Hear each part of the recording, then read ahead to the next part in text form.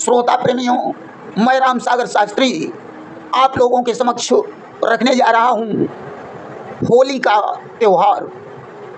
देखिए, होली रंगों का खेल है और होली दो दिलों का मेल है। सभी जानते हैं कि होली का त्यौहार क्यों मनाया जाता है। यह एक पौराणिक कथा है कि हिरण्याकश्यप की बहन का नाम ढुंढवी था, जो अपने मायके में रहती थी, जिसके पास देवताओं का दिया हुआ एक अनल चीर था, जिसे ओढ़कर वह अग्नि में प्रवेश कर सकती थी। इधर जब हिरण्याकश्यप अपने पुत्र प्रहलाद से परेशान हो गया तो उसने ढुंढवी से कहा कि बहन, तुम्हारे पास अनल चीर है, उसे ओढ़कर तुम प्रहलाद को गोद में लेकर अग्नि में प्रवेश कर जाओ, प्रहलाद जलकर भस्म हो जाएगा। ढुंढवी ने वैसा ही किया, परंतु हवा का एक ऐसा झोंका आया कि अनल चीर प्रहलाद के शरीर से लिपट गया और ढुंढवी जलकर राख हो गई।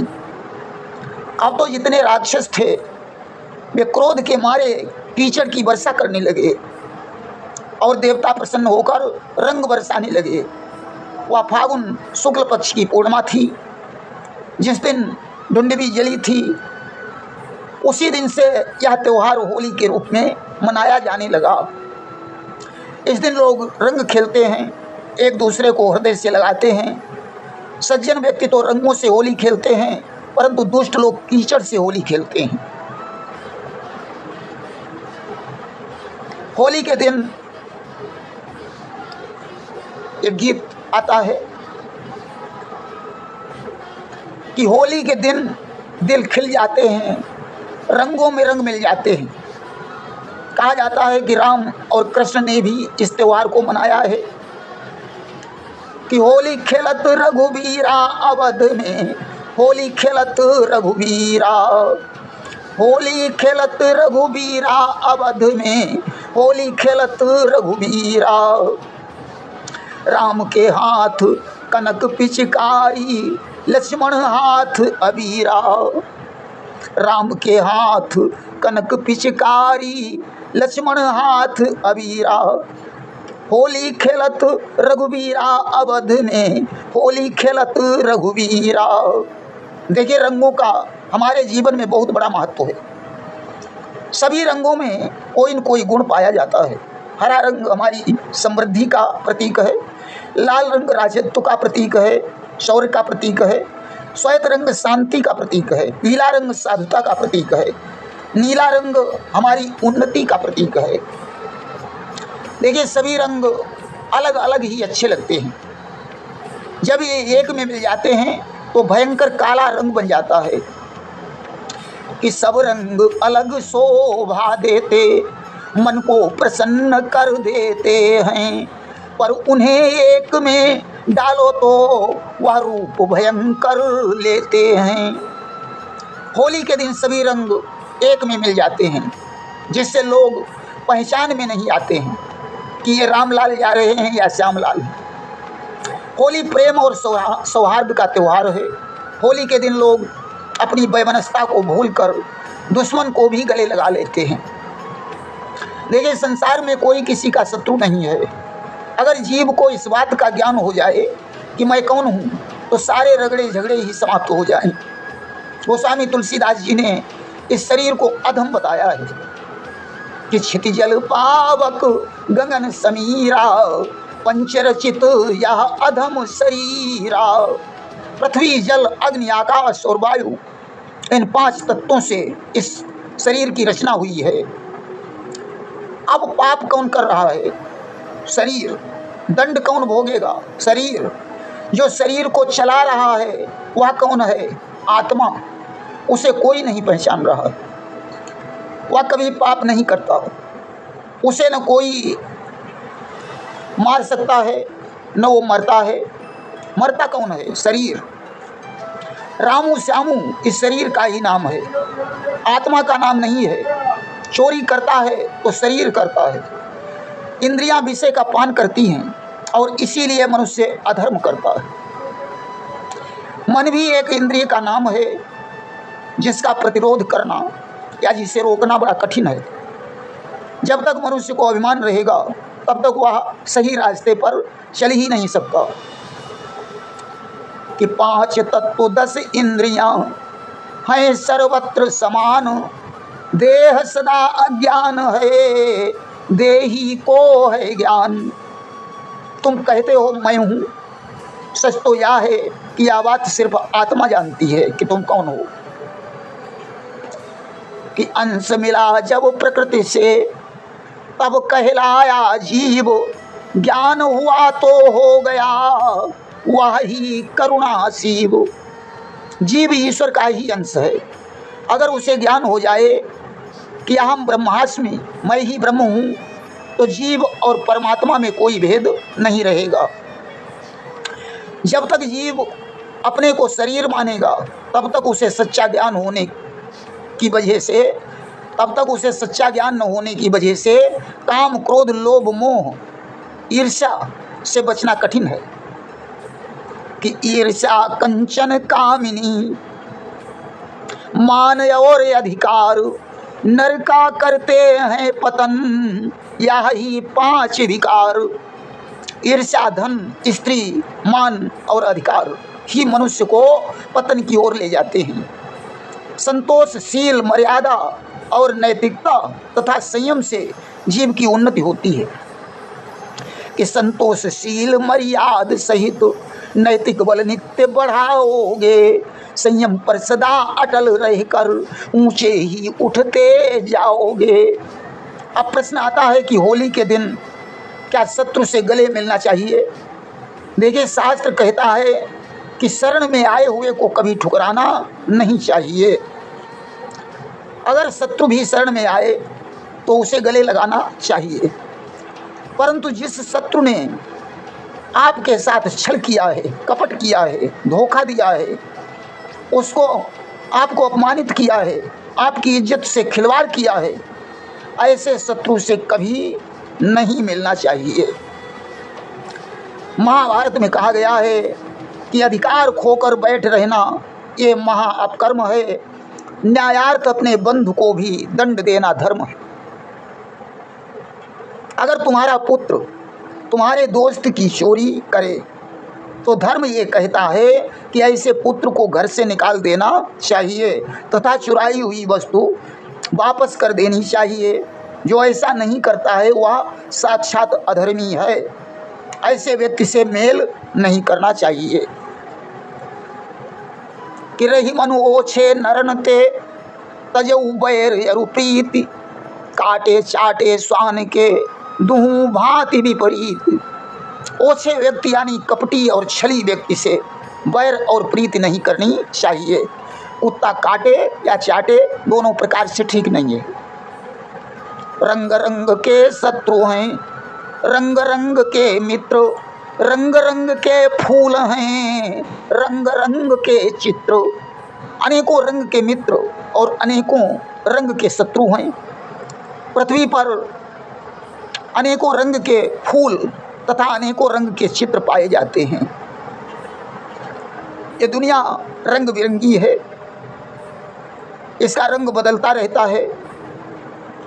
इस रंग बिरंगी दुनिया में आज इंसान की नीयत ठीक नहीं रही, उसका ईमान भी ठीक नहीं रह गया। रिश्तों में तो पवित्रता होती है परंतु अंदर से अपवित्रता है। खल बाहर से देखने में कुछ और होता है परंतु अंदर से कुछ और होता है। लोग बाहर से बड़ा धार्मिक और ईमानदारी का पट्टा लगाए हैं परंतु अंदर से छल कपट भरा हुआ है। समय आने पर हंस और बगुले की पहचान हो जाती है। बगुला देखने में बड़ा सीधा दिखाई पड़ता है परंतु ज्यों ही मछली दिखाई पड़ती है वह तुरंत उसे चोंच में दबा लेता है। धोखा खाकर ही मनुष्य को ज्ञान होता है। बाकी होली प्रेम और सौहार्द का त्यौहार है। प्रेम पूर्वक सभी से गले मिलें, अबीर और गुलाल की वर्षा करें, छोटी मोटी गलतियों को माफ़ कर दें। देखिए, जो जीव ज्ञानवश ईश्वर का रूप बन गया है उसकी नज़र में शत्रु और मित्र बराबर हैं, परंतु साधारण जीव के लिए शत्रु और मित्र में अंतर है। संसार में 3 प्रकार के ही झगड़े हैं, जड़, जमीन और जोरू। सबसे अधिक झगड़े नारी की वजह से होते हैं, क्योंकि आज स्वतंत्र होने की वजह से नारियां मर्यादा को तोड़कर जी रही हैं। जब जब मर्यादा तोड़ी गई तब तब विनाश हुआ। शूर्पणखा ने मर्यादा तोड़ी तो लंका का विनाश हो गया। सीता ने मर्यादा तोड़ी जो लक्ष्मण की रेखा को छोड़ा, रावण का नाश हो गया। द्रौपदी ने मर्यादा तोड़ी जो दुर्योधन से कटुवचन कहे ये अंधों के अंधे ही पैदा होते हैं, कौरव वंश का विनाश हो गया। मर्यादा एक बांध है, जब बांध टूट जाएगा तो प्रलय तो आती आएगी ही। इन्हें आज़ादी क्या मिल गई, मानो बंदर को मसाल पकड़ा दी गई। इतनी उद्दंडता पैदा हो गई कि माता पिता के विरुद्ध चलने लगी। तुम उस घर की इज्जत हो जिस घर में तुमने जन्म लिया है, तुम उस नगर की इज्जत हो जिस नगर में तुमने जन्म लिया है, तुम उस कुल की इज्जत हो जिस कुल में तुमने जन्म लिया है, तुम उस जात की इज्जत हो जिस जात में तुमने जन्म लिया है, तुम उस समाज की इज्जत हो जिस समाज में तुमने जन्म लिया है, तुम उस पिता की इज्जत हो जिस पिता ने तुम्हें पाला पोसा है, तुम उस माता की इज्जत हो जिसने तुम्हें जन्म दिया है, और इतना ही नहीं, तुम उस देश की इज्जत हो जिस देश का तुमने अन्न खाया है। कि कभी भूल कर इस तरह करो न कोई काम, जिससे माता पिता का होए नाम बदनाम। भूल कर भी तुम्हें ऐसा कोई काम नहीं करना चाहिए जिससे तुम्हारे माता पिता का नाम बदनाम हो जाए।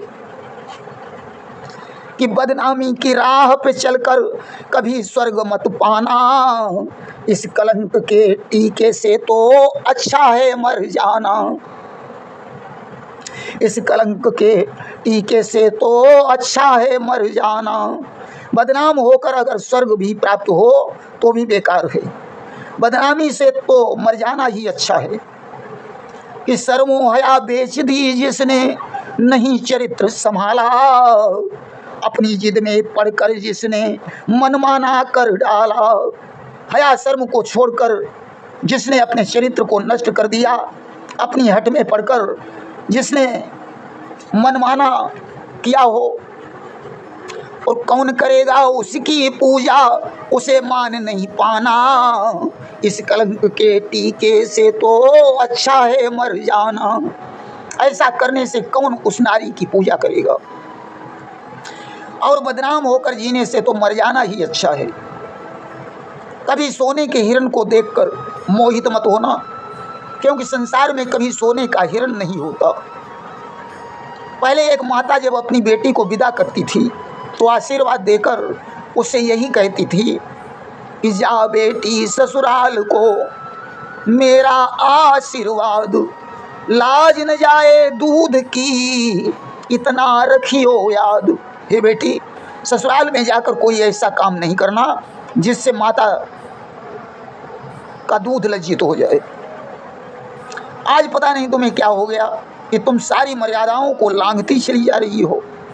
तुम कहती हो कि मेरी कोई जाति नहीं है, सभी मनुष्य मनुष्य हैं और मैं भी मनुष्य हूँ। देखो, जाति एक क्वालिटी है, जैसे बकरी, गाय, घोड़ा, हाथी आदि सभी पशु हैं। अब बकरी है तो पशु, परंतु अनेकों प्रकार की बकरियां हैं। मोर, कबूतर, मुर्गा, तोता आदि सभी पक्षी हैं, परंतु मोर कई प्रकार के हैं, कबूतर कई प्रकार के हैं।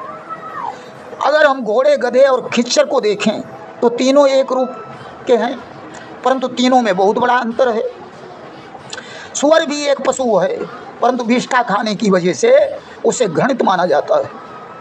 गाय भी एक पशु है जिसकी माता समझकर हमारे देश में पूजा होती है। कुछ पशु पक्षी पाले जाते हैं तो कुछ जंगली हैं। इसी प्रकार मनुष्य एक योनि है जिसमें वर्ण और जातियां पाई जाती हैं। जैसे कुत्ते का जोड़ बिल्ली से मिलने पर एक दूसरे वैरायटी की संतान का जन्म होता है। पहली बात, कुत्ता और बिल्ली अपनी जोड़ी नहीं बनाते हैं, मोर और मुर्गी का जोड़ नहीं बनता। इसी प्रकार एक मनुष्य जाति होने पर भी हमें अपना विवाह अपनी ही जाति में करना चाहिए, अन्यथा हम पशु पक्षियों से भी गए गुजरे हैं। इससे किसी भी जाति का अपमान नहीं होगा, मानवता कायम रहेगी हमारे देश की संस्कृति अनुकरणीय है। हमें अपने कल्चर की रक्षा करनी चाहिए, अनुशासन में रहें, अच्छी संगत करें, अच्छे संस्कार सीखें, अपना पहनावा सही करें, खान पान सही करें, मर्यादा में रहें, चरित्र को संभालें, लज्जा को धारण करें, अच्छी शिक्षा ग्रहण करें, विदुषी और वीरांगना बने, अपने अवगुणों को छोड़ दें। इससे हमारी संस्कृति पुनः जीवित हो जाएगी। आज तुम इंस्टाग्राम पर उल्टे सीधे वीडियो डाल रही हो और सोचती हो कि सीता की तरह मेरी पूजा नहीं हो रही है, काम उल्टाओं जैसे कर रही हो और कहती हो कोई मुझे सती मानकर इज्जत नहीं कर रहा है, काम कायरता के कर रही हो और सोचती हो कोई मुझे लक्ष्मीबाई नहीं कह रहा है, पिता के घर से भाग रही हो और कह रही हो कोई मुझे मीराबाई के समान नहीं समझ रहा है, जात का अपमान कर रही हो और कह रही हो इस जाति में मेरी इज्जत नहीं हो रही है। उन परंपराओं को तोड़ डालो जिनसे तुम नीचे गिर रही हो, तभी हमारा देश महान बनेगा। देखिए, मीराबाई ने होली के ऊपर एक बड़ा सुंदर पद्य लिखा है कि फागुन के दिन चारू होली खेल मना, फागुन के दिन चार होली खेल मना, शील संतोष की केसर घोली, प्रेम प्रीति पिचकारी, उड़त गुलाल लाल भयो अंबर, बरसत रंग अपार होली खेल मना, फागुन के दिन चार होली खेल मना। मीरा जी ने अलौकिक होली का वर्णन किया है कि प्रेम की पिचकारी बनाकर, शील और संतोष की केसर घोलकर अगर होली खेली जाए फिर तो जीव का उद्धार ही हो जाए। वहीं लौकिक होली में ब्रज के फाग का वर्णन करते हुए कवि ने लिखा कि वृंदावन आज मची होरी, वृंदावन वृंदावन आज मची होरी वृंदावन, कृष्ण के हाथ कनक पिचकारी, राधा के हाथ अबीर रोरी, वृंदावन वृंदावन आज मची होरी वृंदावन। होली के गीतों में अबीर गुलाल का नाम आया है। होली रंगों का, उमंगों का, हास्य, प्रेम और आत्मीयता का त्यौहार है। होली के दिन लोगों को ये ध्यान रखना चाहिए कि हमारे शब्दों से किसी के दिल पर आघात न पहुँचे। होली सौहार्द का त्यौहार है, किसी को सताना नहीं चाहिए, क्योंकि झगड़ा करना हमारे त्यौहार को कलंकित करता है। अपने से बड़ों का सम्मान करें, मर्यादा को बनाए रखें, अमर्यादित रूप से होली नहीं खेलना चाहिए, अश्लील शब्दों का प्रयोग नहीं करना चाहिए, किसी के लिए अप्रिय शब्दों का प्रयोग न करें, त्वचा को नुकसान पहुंचाने वाले रंगों का प्रयोग न करें। होली खेलने से पहले तेल की मालिश कर लेनी चाहिए ताकि रंग आसानी से छूट जाए। आँखों में चश्मा लगाना चाहिए, अपने बुजुर्गों के चरण छूकर आशीर्वाद प्राप्त करना चाहिए तथा इष्ट मित्रों से गले मिलना चाहिए। ऐसी कामना करें कि हर्ष और उल्लास से भरा हुआ ये त्यौहार मेरे जीवन में बार बार आए। होली का त्यौहार हमारी अति प्राचीन परंपरा है, इस परंपरा को भक्तिभाव से निभाते रहना चाहिए। आज तो हमारी तरफ से सभी भारतवासियों को होली की ढेर सारी शुभकामनाएं। जय हिंद, जय भारत।